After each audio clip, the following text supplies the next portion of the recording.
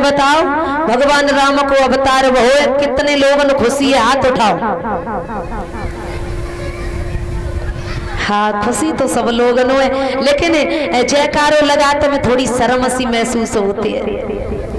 ऐसा लगता है कि कैसे मुंह से जयकारो निकले, बड़ी शर्म लगती है। देखो, शर्म वहां करो परीक्षित महाराज, शर्म वहां करनी चाहिए जहां शर्म की बात हो, शर्म करने का काम हो रहा हो, वहां शर्म करो। और अच्छी जगह पे भगवान के दरबार में बैठे हो, वहां शर्म मत करो। अगर कोई गलत काम हो तो वहां खूब शर्म करो, और कोई अच्छा कार्य हो रहा हो वहां आराम से झूमो, वहां शर्म करने की बिल्कुल भी जरूरत नहीं है। और परीक्षित महाराज एक बात और बता दे, हमें याद आ गया है। देखिए,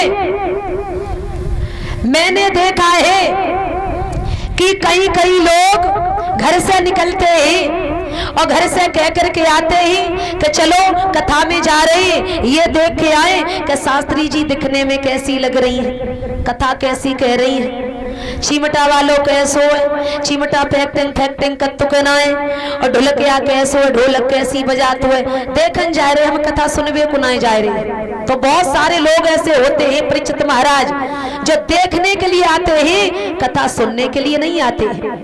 और कुछ लोग कहते हैं कि चलो देख आए, कथा में मजा आतो के ना आतो है, कैसी कथा चल रही है। तो महाराज, मजा और आनंद, जो मजा होता है ना वो अलग होता है, और आनंद होता है वो अलग होता है। कुछ लोग तो मजा लेने के लिए आते हैं और कुछ लोग कथा में आनंद लेने के लिए आते हैं। अब महाराज, आनंद का मतलब अलग है और मजा का मतलब अलग है। आनंद अलग जगह पे मिलता है और मजा अलग जगह पे मिलता है। अब ये जगह भी बता दें कि कहाँ मजा मिलता है, कहाँ आनंद मिलता है। परीक्षित महाराज, मजा वहां लिया जाता है, मजा वहां मिलता है जहां ढोला और नौटंकियां होती हो, वहां मजा मिलता है।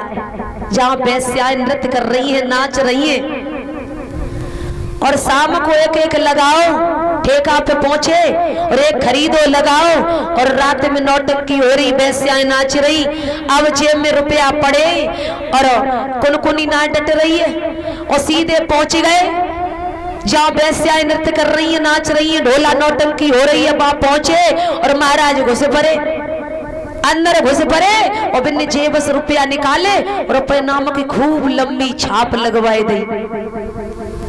जो वेश्या नृत्य कर रही थी, नाच रही थी, उनको जाकर के पैसे दिए और खूब अपने नाम की लंबी सी छाप लगवाई दी। बड़े खुश हुए। शाम को फिर घर पे आए, लौट के पत्नी से बोले, सुन रही हो? बोले हाँ, सोए गई। बोले कहाँ नींद आ रही है, कहाँ गए थे? बोले तुम्हारी किस्म नौटंकी बड़ी अच्छी होती, बड़ी सुंदर सुंदर वहां वेश्या नृत्य कर रही थी। बोले अच्छा? बोले हाँ। बोले इतना मजा आओ तुम्हारी किस्म, लल्ला की मम्मी इतना मजा आओ कि हम तो झूम गई। अब बात तो मजा मिलते है महाराज है।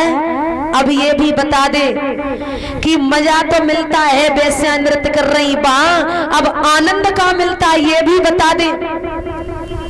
आनंद वहां मिलता है जो भगवान की रसमयी कथाएं सुनाई जा रही हो, जहां श्रीमद् भागवत कथा चल रही हो, सत्संग चल रहा हो, वहां आनंद मिलता है, दिल को तसल्ली मिलती है, सुकून मिलता है। जब भगवान की रसमयी कथाओं को आप लोग आनंद से सुनोगे, भाव से बैठ करके सुनोगे, तो वहां तुम्हें आनंद के अलावा कुछ भी नहीं मिल सकता है। तो महाराज, कथा सुनने के लिए आओ, मजा लेने के लिए ना आओ, केवल आनंद ही लेने के लिए आओ, क्योंकि ये भगवान का दरबार है और भगवान के दरबार में केवल कथा ही चलती है। श्रीमद् भागवत कथा को सुनो। बोलिए बाके बिहारी लाल की। तो श्री सुखदेव जी कहते हैं, हे राजन परीक्षित, महाराज दशरथ बड़े खुश हुए हैं, विचार करने लगे, पहले तो हम एक एक पुत्र के लिए दुखी थे, अब तो घर में 4-4 पुत्र पैदा हो गए हैं। अब महाराज धीरे धीरे चारों बालक बड़े हुए और प्रभु राम और लक्ष्मण, भरत, शत्रुघ्न बड़े आज्ञाकारी पुत्र हैं। सुबह ही उठते ही माता पिता का सम्मान करते ही, गुरु का सम्मान करते हैं। अब जब धीरे धीरे और बड़े हुए हैं तो श्री सुखदेव जी कहते हैं, राजन परीक्षित, विश्वामित्र आए हैं। विश्वामित्र ने कहा कि दशरथ प्रभु राम को हमें दे दो।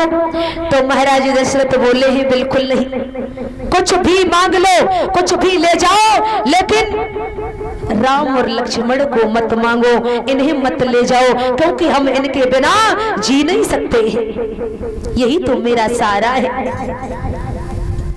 बोले ऐसा करो, आप हमसे ये मत बोलो कि हम जाने नहीं देंगे, आप राम और लक्ष्मण को हमारे साथ में भेज दो। बोले बिल्कुल नहीं, सब कुछ ले लो, लेकिन प्रभु राम और लक्ष्मण को मत ले जाओ, इनके बिना हम जी नहीं पाएंगे।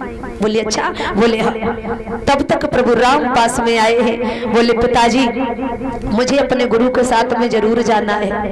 तैयार हो गए हैं चलने के लिए। लक्ष्मण साथ में है, कहा भैया हम भी तुम्हारे साथ में चलेंगे।